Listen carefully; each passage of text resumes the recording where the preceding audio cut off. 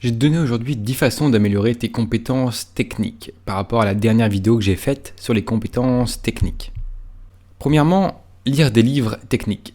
L'un des meilleurs moyens d'améliorer tes compétences techniques est de lire des livres. Adolescent, j'achetais des livres informatiques à la librairie locale. Aujourd'hui, il est de loin préférable de faire des achats en ligne car tu peux plus facilement trouver de vrais joyaux et éviter les nanars. Sur Amazon, bien entendu, tu recherches un livre sur un sujet particulier, tu peux apprendre et vérifier les critiques, tu peux rechercher les livres avec au moins 4 étoiles sur 5 et tu peux profiter des fonctionnalités de navigation d'Amazon pour trouver rapidement les meilleurs livres dans tous les domaines. Même lorsque tu choisis d'acheter des livres techniques localement, tu peux toujours consulter les critiques en ligne pour exclure les mauvais livres. Prends le temps pour visionner des livres dans ta librairie ou en ligne, surtout si le coût est un problème. Si tu ne peux pas comprendre le premier chapitre, ne gaspille pas ton argent parce que la suite risque d'être aussi compliquée. Bien que les livres techniques puissent être coûteux et soient souvent remplis de longues listes de codes et d'autres longues phrases, les bons livres techniques compensent tout ça par un contenu clairement organisé, bien édité et bien indexé. Les livres dans leur deuxième édition ou plus tard sont un excellent choix car ils ont déjà subi au moins une série de tests sur le marché. Deuxièmement, lis les didacticiels en ligne. L'avantage des didacticiels en ligne par rapport aux livres est qu'ils sont accessibles, opportuns et bien sûr gratuits. L'inconvénient est qu'ils ne sont généralement pas édités par des professionnels, ce qui peut laisser un manque de clarté. Cependant, ils abordent souvent d'autres fonctionnalités telles que des interconnexions abondantes, des commentaires d'utilisateurs ou des démos interactives. Parfois, les commentaires sont meilleurs que les informations d'origine, car elles peuvent contenir de nombreux conseils et suggestions supplémentaires. C'est particulièrement le cas si tu veux apprendre à coder. Ma façon préférée de trouver des didacticiels en ligne est de regarder sur Google ou sur YouTube. Troisièmement, sortir avec des geeks. Si tu passes suffisamment de temps avec des techniciens, certaines de leurs connaissances déteindront sur toi. Même les geeks apprennent des autres geeks. Mais si tu n'es pas un geek toi-même, un excellent moyen d'accélérer le développement de tes compétences techniques est de rejoindre un club informatique local ou un groupe qui sont passionnés, un forum de passionnés. Ces groupes accueillent généralement de nouveaux membres de tout niveau de compétences. Contacte l'un d'entre eux et participe à la prochaine réunion en tant qu'invité pour voir si tu aimes. Une fois que tu as rejoint un club informatique ou une autre association, ça peut être bien sûr d'autres domaines, le bénévolat est bien sûr un excellent moyen de se faire des amis rapidement. Donc ça c'est un plus. Ces associations à but non lucratif ont souvent besoin de bénévoles pour le travail des comités et des projets. Même si tes compétences techniques sont faibles, elles n'ont souvent besoin que de main-d'œuvre brute. C'est certes beaucoup de travail, mais tu vas beaucoup apprendre en travaillant étroitement avec les autres bénévoles. Beaucoup de leçons que j'ai apprises là-bas se sont avérées inestimables dans la gestion de mon site web.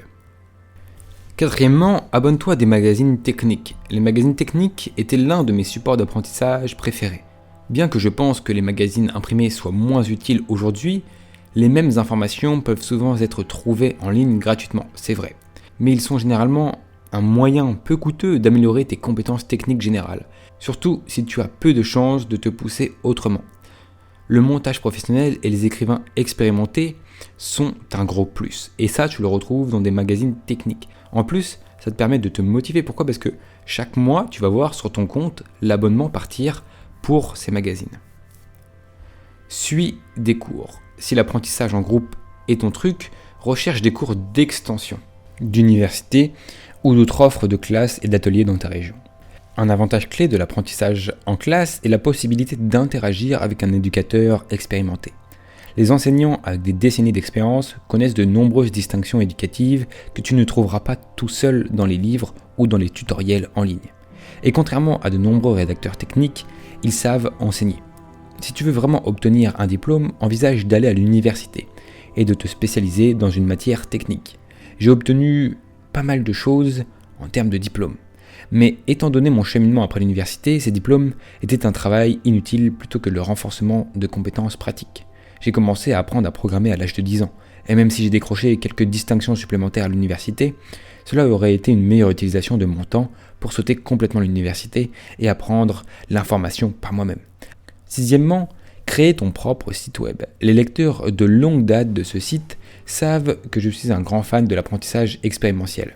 Fixer un objectif pour créer un site web de base est un excellent moyen d'acquérir des compétences pratiques telles que HTML et CSS.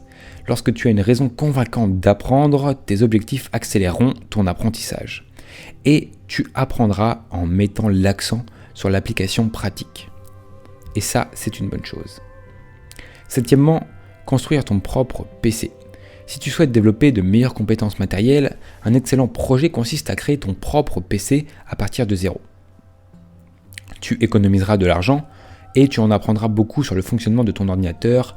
Tu te retrouveras avec une machine joliment personnalisée que tu peux facilement mettre à niveau. Une fois tous les composants arrivés, il m'a fallu environ une journée pour tout assembler et installer le logiciel nécessaire. Cela peut être une bonne utilisation de ton temps. Si ce projet te rend nerveux, je ne le recommande pas. Mais si tu te sens à l'aise pour rechercher et sélectionner des composants et suivre activement les instructions, c'est une façon enrichissante de passer une journée et de commencer à augmenter tes compétences techniques.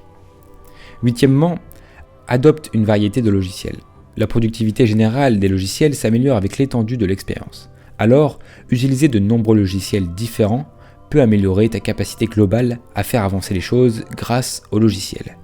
Je plonge généralement et commence à les utiliser sans passer par les tutoriels ou lire le manuel.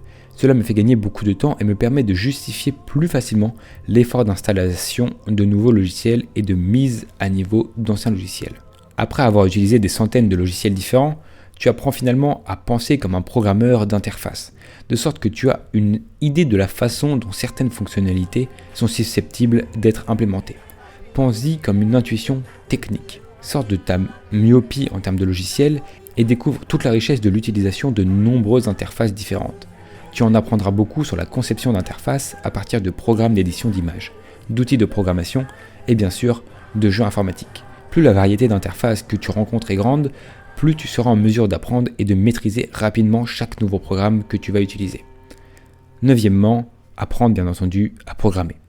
La programmation est l'art de demander à un ordinateur d'exécuter une tâche. La clé pour accomplir cet exploit est d'apprendre à penser comme un ordinateur. La programmation est l'une des tâches les plus difficiles mentalement qu'un être humain puisse effectuer. Mais rien ne se compare à la satisfaction de concevoir un morceau de code pour résoudre un problème spécifique. Par exemple, j'aborde de nombreux problèmes de développement personnel avec l'état d'esprit d'un programmeur. Comment définissons-nous le problème? Quelles sont les solutions possibles? Quelle solution répond le mieux à nos contraintes? Quelles sont les étapes d'instruction pour mettre en œuvre la solution? La solution produit-elle le résultat souhaité? Pouvons-nous rendre cette solution plus élégante ou optimale? J'ai pris le processus de programmation commun de collecte des exigences, d'architecture, de conception, de codage, de débogage et d'optimisation et je l'ai appliqué au développement personnel. Bien que les humains ne soient certainement pas aussi précis ou prévisibles que les machines, nous avons des problèmes de compatibilité majeurs, parfois même avec nous-mêmes. L'état d'esprit d'un programmeur peut générer des solutions efficaces à des problèmes très humains.